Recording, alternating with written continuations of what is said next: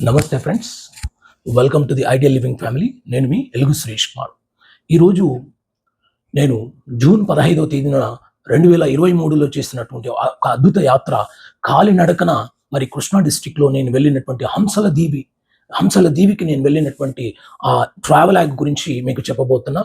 అక్కడ ఉన్నటువంటి అద్భుతమైనటువంటి గుడి, కాకులు హంసలలాగా మారినటువంటి ఆ ప్రాంతం, కృష్ణా నది వెళ్ళి మరి బంగాళాఖాతంలో కలిసినటువంటి ఆ యొక్క అద్భుతమైన దృశ్యం కావచ్చు, 1000 సంవత్సరాల క్రితం మరి చోళరాజులు కట్టించినటువంటి ఒక అద్భుతమైన వేణుగోపాల స్వామి గుడి యొక్క ఇది కావచ్చు.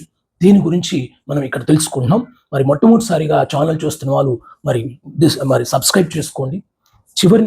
మొదటి నుంచి చివరి వరకు స్కిప్ చేయకుండా ఈ వీడియోని చూస్తే మీకు ఈ అద్భుతమైనటువంటి దృశ్యాలు కళ్ళకు కట్టినట్టుగా నేను చేసిన ప్రయాణాన్ని మీకు ఇప్పుడు ఎక్స్ప్లెయిన్ చేస్తాను. మరి జూన్ 15వ తేదీన యాక్చువల్లీ నేను అవనిగడ్డకి, కృష్ణా డిస్ట్రిక్ట్లోని అవనిగడ్డకు డిఎస్సికి ప్రిపేర్ అవుతున్నటువంటి విద్యార్థులకు క్లాసులు చెప్పడానికని వెళ్ళాను. సో నాకున్నటువంటి 1 మంత్ స్కెడ్యూల్లో ఒకరోజు గ్యాప్ వచ్చింది. అది జూన్ 15వ తేదీన 2023లో. ఆ రోజు ఒక్కరోజు గ్యాప్ దొరికింది కదా అని మరి ట్రావెల్ యాక్ట్ చేద్దామని ఒక ప్రయాణం చేద్దామని అనుకున్నాం. ఆ రోజు ఉదయం 4 గంటలకు నిద్రలేచి స్నానం చేసి 4:40కి మరి మాకున్నటువంటి ప్రగతి కోచింగ్ సెంటర్ వాళ్ళు ఇచ్చిన గెస్ట్ హౌస్తో నా ప్రయాణాన్ని 2 వాటర్ బాటిల్స్, మరి 4 జామకాయలు ఇలాంటివి తీసుకుని ఈ ప్రయాణాన్ని మొదలుపెట్టాను. ఒంటరిగా తీసుకుని మొదలుపెట్టాను అన్నమాట. మరి 4:40 ఉదయానికి మొదలుపెట్టి అలా మరి అవనగడ్డ నుంచి గెస్ట్ హౌస్ నుంచి వెళ్తూ మధ్యలో దివిసీమ ఇంజనీరింగ్ పాలిటెక్నిక్ కాలేజ్ వస్తుంది. అది చాలా అద్భుతంగా ఉంటుంది. అలా ఆ దివిసీమలో దాని మీదుగా మరి ఫస్ట్ మాచవరం వెళ్ళాను. మాచవరం మీదుగా కొత్తపల్లి, అక్కడ ఆ దారి మధ్యలో వెళ్తున్నప్పుడు ఉదయాన్నే కాబట్టి మరి పొలాలకు వెళ్తున్న రైతులు కావచ్చు, పల్లెపడుచులు కావచ్చు, ఆ ఎద్దులు బళ్ళు కావచ్చు, అద్భుతమైనటువంటి ఆ దృశ్యం, సూర్యోదయం కాబట్టి ఆ దృశ్యాన్ని వర్ణనాతీతం, ఈవెన్ నేను నా కెమెరాలో కూడా కొన్ని బంధించలేని కూడా ఎంతో వర్ణనాతీతమైనటువంటి ఆ రోడ్డుకి ఇరువైపులా ఉన్నటువంటి కృష్ణా నది కాలువలు కావచ్చు, అద్భుతమైనటువంటి ఆ మాచవరం మీదుగా వెళ్ళాను. అక్కడ మళ్ళీ తర్వాత కొత్తపాలెం దాటిన తర్వాత అక్కడ నా విద్యార్థులు కలిశారు. ఆ విద్యార్థులతో వాళ్ళు గుర్తుపట్టి నా దగ్గరకు వచ్చి, ఏంటి సార్ మీరు ఎలా వెళ్తున్నా అంటే, నేను కాలినడకన హంసల దీవికి వెళ్తున్నానని చెప్తే మరి వాళ్ళతో ఒక సెల్ఫీ తీసుకుని అక్కడ కాసేపు కూర్చుని, అక్కడ బోరింగ్ నీళ్లు చాలా ప్యూర్గా ఉంటాయండి. అక్కడ బోరింగ్ నీళ్లు మరి తీసుకుని 2 బాటిల్స్ మరి నిల్వ చేసుకుని తాగి మళ్ళీ ముందుకెళ్ళాను. ఆ తర్వాత విశ్వనాథపల్లి, జయపురం, కృష్ణాపురం మీదుగా కొండాపురం చేరుకున్నాను. ఈ మధ్యలో చాలామంది నేను ఒంటరిగా వెళ్తున్నానని చెప్పి బైకులు వాళ్ళు, ఎద్దుల బండ్లు వారు మరి నాకు లిఫ్ట్ ఇవ్వడానికి ఎంతోమంది అడిగారనమాట. కానీ నేను కాలినడకన వెళ్తున్నానండి హంసల దీవికి అని చెప్తే, అంత దూరం మరి కాలినడకన వెళ్తున్నారా అని ఆశ్చర్యపడినటువంటి వాళ్ళు కూడా ఉన్నారు. నేను వాళ్ళకి ఎంతో కృతజ్ఞతలు చెప్పుకున్నా. అంటే ఈ కాలంలో కూడా అలా సహాయం చేయడానికి చాలామంది ముందుకు వచ్చారు ఆ టైం. సో అలా వెళ్ళిన తర్వాత కోడూరు దగ్గర బ్రేక్ఫాస్ట్ చేసి అక్కడ కాసేపు ఒక 20 మినిట్స్ ఉన్న తర్వాత మళ్ళీ నేను హంసల దీవికి కాలినడకన పోయాను. అయితే నేను చేసిన పొరపాటు మీరు చేయొద్దని ఏం చెప్తా అంటే, ఆ రోజు మండుటెండ అండి, 38 నుంచి 40 డిగ్రీల ఉష్ణోగ్రత వద్ద ఉందన్నమాట. ఆ మండలో ఒంటరిగా వెళ్ళడం జరిగింది.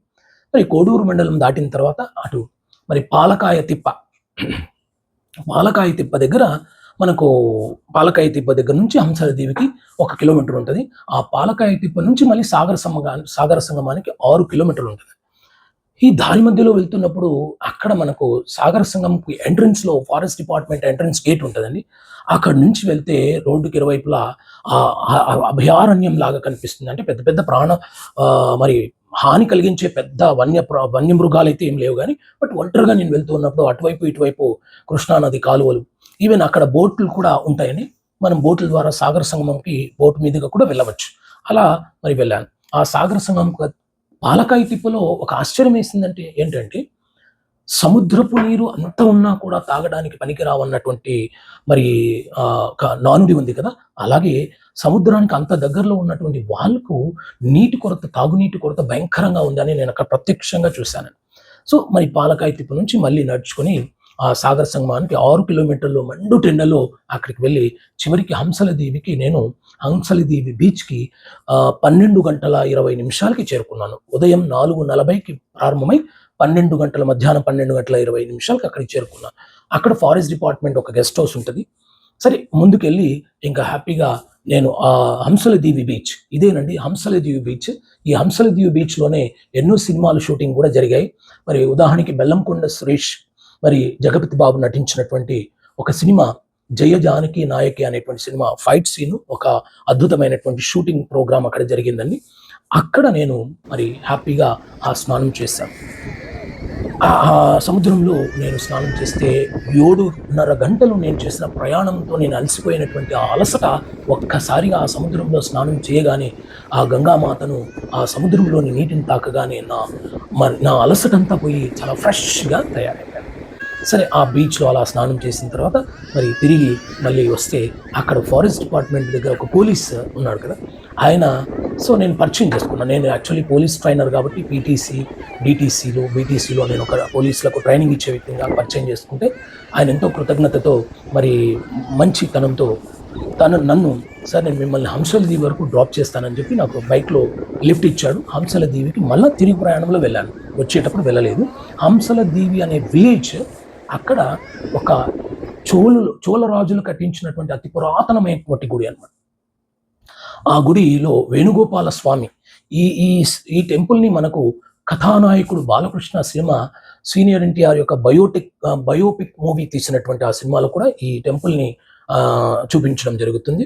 మరి అసలు హంసల దీవి అని ఎందుకు పేరొచ్చిందంటే, గంగాదేవి తన నదిలో, తన నీటిలో ఎంతోమంది పాపాత్ములు వాళ్ళ పాపాలను పోగొట్టుకోవడానికి స్నానం చేయడం వల్ల తను కలుషితమైపోయిందని భావించి, నల్లగా తయారైనని భావించి, మరి తను బాధపడుతున్నప్పుడు తనకొక ఆలోచన వచ్చి ఈ ప్రాంతంలో తను స్నానం చేసి తెల్లగా మారింది అని బ్రహ్మాండ పురాణం చెప్తుంది. అంటే గంగాదేవి కలుషితంలో నల్లగా ఉన్నప్పుడు ఇలా స్నానం చేసి మరి పవిత్రంగా తెల్లగా హంసలాగా మారిందని చెప్పి దీనికి హంసల దీవి అని ఒక పురాణ గాథ చెప్తుంది. ఇంకొకటి, ఎందుకు దీన్ని హంసల దీవి అని అన్నారు అంటే, మరి గంధర్వులు ఒక ఋషి చేత శాపానికి గురై కాకులుగా తయారైపోతారు.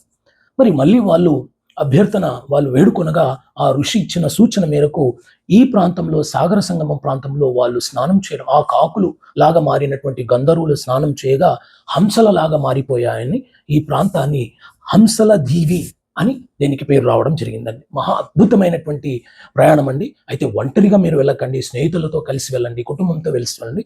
ఏమీ ప్రమాదాలు జరగవు, ఏవి ప్రమాదకరమైనటువంటి వన్యమృగాలు కూడా అక్కడ లేవండి. ఈ ట్రిప్ మాత్రం చాలా ఎంజాయ్ చేయవచ్చు. మరి ఇది కృష్ణా డిస్ట్రిక్ట్‌లోని, చెప్పాను కదా, దివిసీమలో కోడూరు మండలంలో ఉంటదండి. నేను మరి అవనిగడ్డ నుంచి ఇది 37 కిలోమీటర్లు నేను కాలినడక వెళ్ళడం జరిగింది friends. Okay. Thank you very much. ఈ అద్భుతమైనటువంటి ప్రయాణాన్ని మీతో పంచుకున్నందుకు. మీరు కూడా ఎప్పుడైనా మీకు అవకాశం దొరికితే ఖచ్చితంగా ఈ ప్రాంతానికి వెళ్ళి ఆ పవిత్రమైనటువంటి ప్రదేశాన్ని, అంతో ముఖ్యమైనటువంటి ఇలా వీడియోస్ చేస్తున్నాను కాబట్టి మీరు బాగా ఆదరిస్తున్నారు. దయచేసి లైక్ చేయండి, షేర్ చేయండి, కామెంట్ చేయండి. మన ఐడియల్ లివింగ్ ఫ్యామిలీని విస్తరించే విధంగా మీరు సహకరిస్తారని కోరుకుంటూ, నేను మీ సురేష్ కుమార్. జై Hind. Thank you very much friends.